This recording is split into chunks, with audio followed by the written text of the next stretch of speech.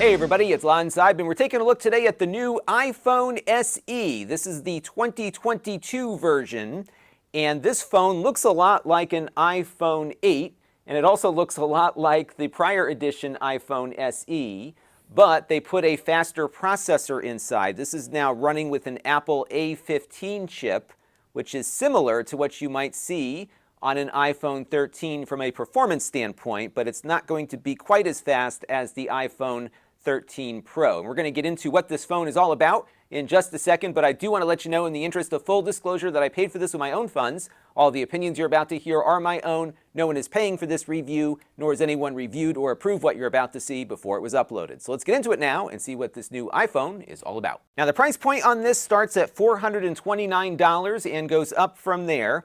There are 64 gigabyte, 128 gigabyte, and 256 gigabyte storage options available, and the price kind of ladders up based on the storage that you choose. Like other iPhones, you cannot add additional storage to the phone, so you have to get the storage level that you think you will need when you buy it, because there are no upgrade options or SD card options on these.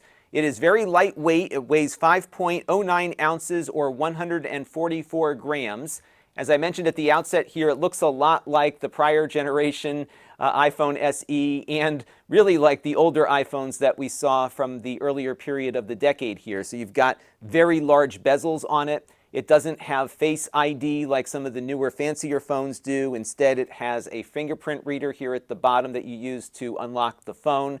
In many ways, sometimes the fingerprint reader is a little more convenient, I think, for getting into the phone, especially if you can't look at your phone while you're driving or something like that.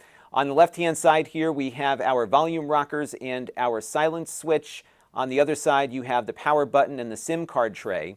Now, this phone supports 5G, and it will support all of what they call the sub-6 5G, meaning that it will work with most of the 5G towers you will encounter out there, but some of the faster ultra-wide towers that are out in urban areas and other densely populated areas will not work with this one.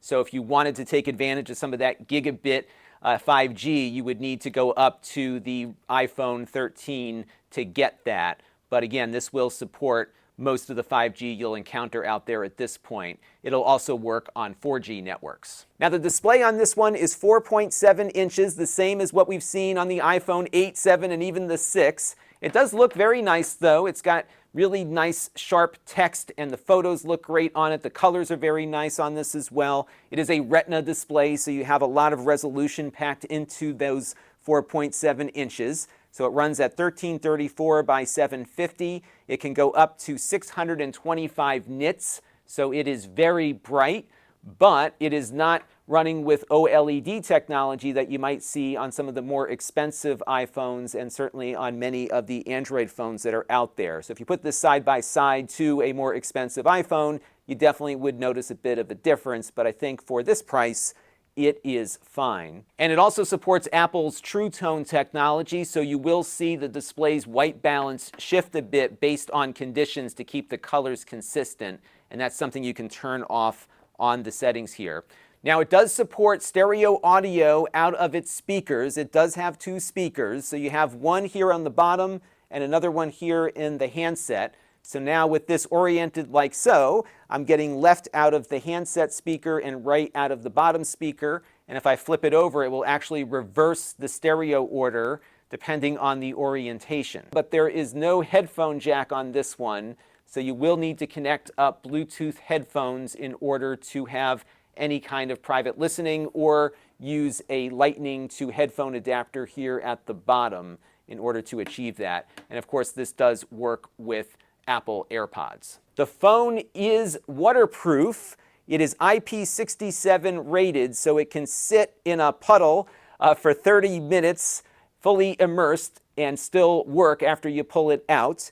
They say it's good for about 1 meter. I would say the typical thing you might encounter are toilets, and it would certainly survive that. So it is waterproof to some degree, but I wouldn't go swimming with it without some kind of waterproof case just to be safe. Now, this does support wireless charging. We'll get my wireless charger out here, which means that the back of the phone is made out of glass, so you definitely want to be careful about dropping it. You might want to consider the Apple Care if you are prone to drops. A good case should work with this. And given that this phone's overall packaging here is the same as prior generations, there will be a good number of case options available for it. It does not come with a charger, though. And if we look in the box here, all you get is a USB-C to Lightning cable. This still has the Lightning plug here at the bottom. And so you will have to find yourself a USB-C power adapter or use an older USB iPhone cable to charge the phone. But you're definitely going to have to bring your own charger to the mix. This does support, though, faster charging if you have a 20-watt USB-C charger. Now, battery life on the new phone should be better than prior editions. It's got a larger battery, and in my testing, it's been working all day. No real issues there. You will see variations in battery life, though, depending on what you're doing with the phone. So if you are far away from your tower, the radio has to work a little harder to communicate. That will impact battery life. If you play a lot of games on the phone, that will impact battery life.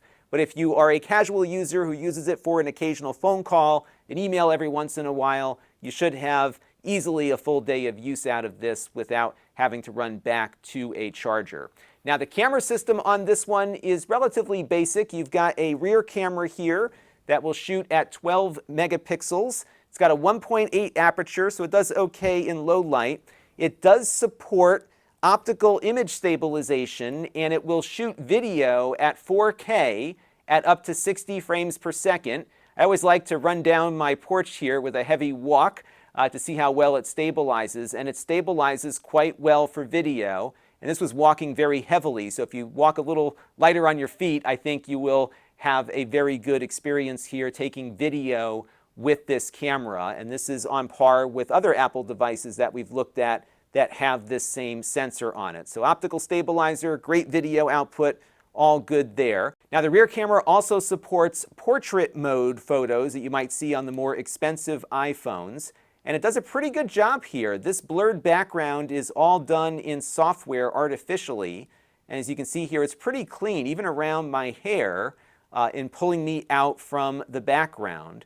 But it does require a person be in the frame. So I did try to take some similar shots with my dog, and it would not blur out the background because it looks for people for this feature.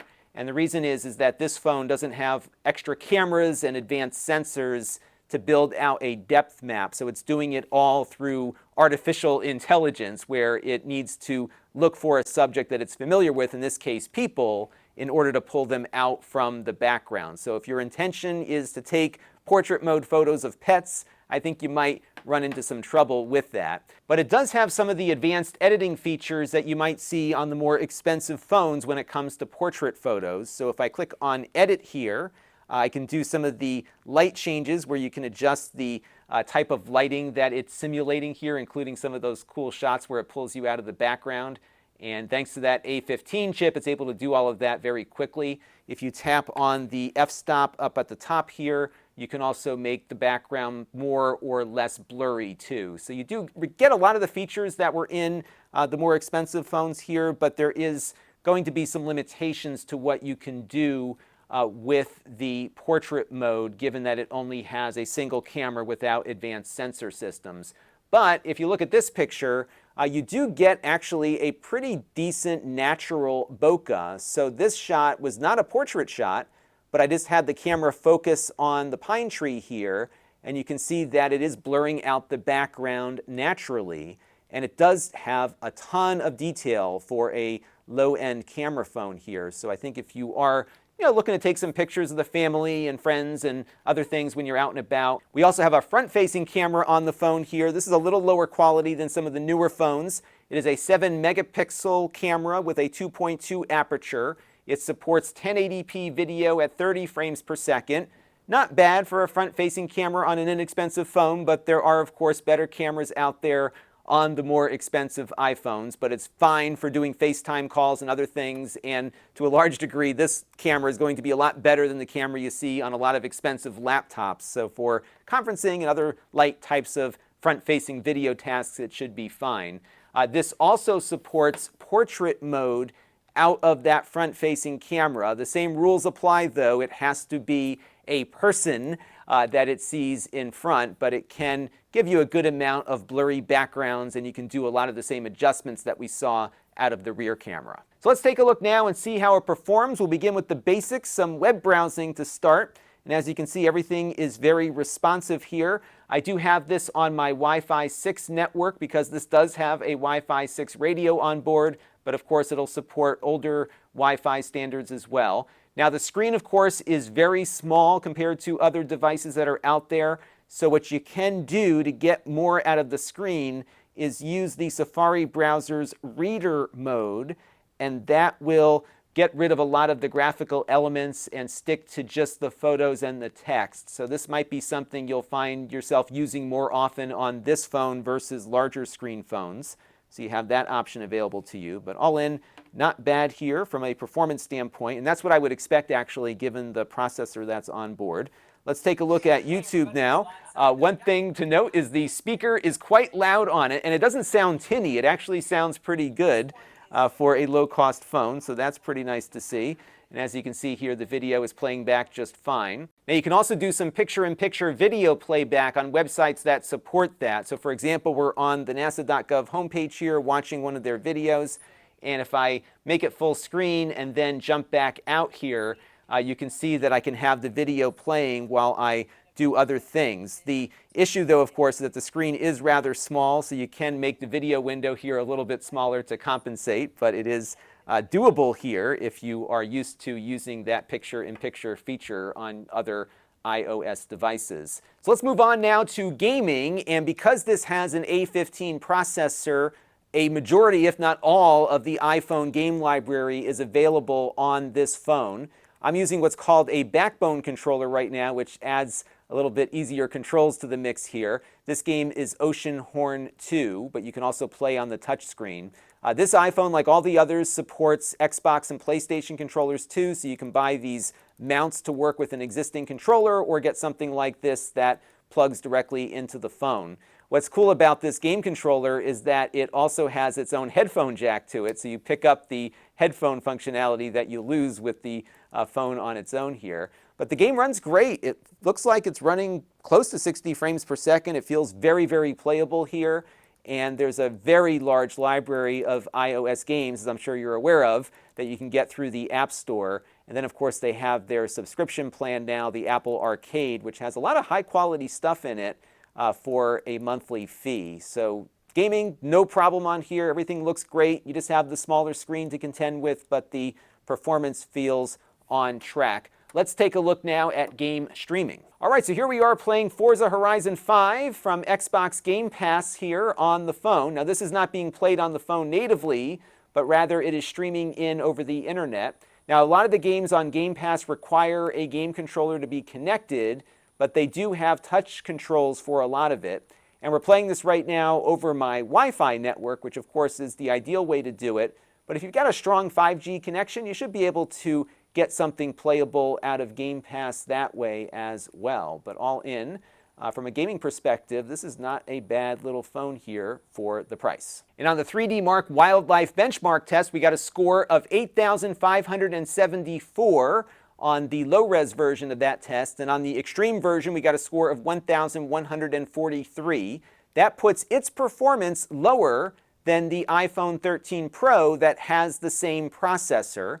And the reason is that Apple clocks the processor on this lower-end phone below that of the higher-end ones. So even though it is the same chip, it just isn't running as fast as it can run on a more expensive phone. But from a gaming perspective, that doesn't matter much because a bulk of the app library, especially the game library, is targeted at phones with slower processors than this one. So you should find that almost all, if not all, of the games on the App Store will run on this phone, and they'll all run quite well. So if you're looking for a reasonably priced iPhone without all the bells and whistles, this one is definitely worth considering. It performs exceptionally well. It supports wireless charging. You've got the stereo audio on board. The camera is decent and passable and can shoot 4K 60 frames per second video. So it does a lot that the bigger, more expensive phones do without having to spend as much for those phones. And you can get this unlocked at a very reasonable price without a carrier commitment. and I think it is a good value for people that just need a basic smartphone, and this one is certainly far beyond basic, offering most of what you would expect out of a more expensive iPhone. That is going to do it for this one. Until next time, this is Lon.TV. Thanks for watching. This channel is brought to you by the Lon.TV supporters, including gold level supporters Jim Tanis and Tom Albrecht, Hot Sauce and Video Games and Eric's Variety Channel, Brian Parker and Frank Goldman, Amda Brown and Matt Zagaya, and Chris Allegretta. If you want to help the channel, you can by contributing as little as $1 a month.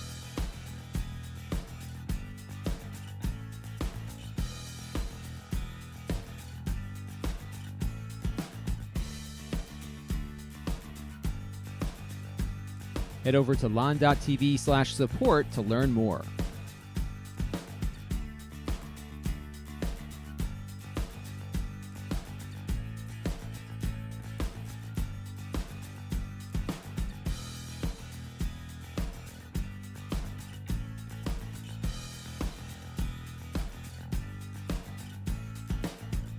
And don't forget to subscribe. Visit lon.tv/s.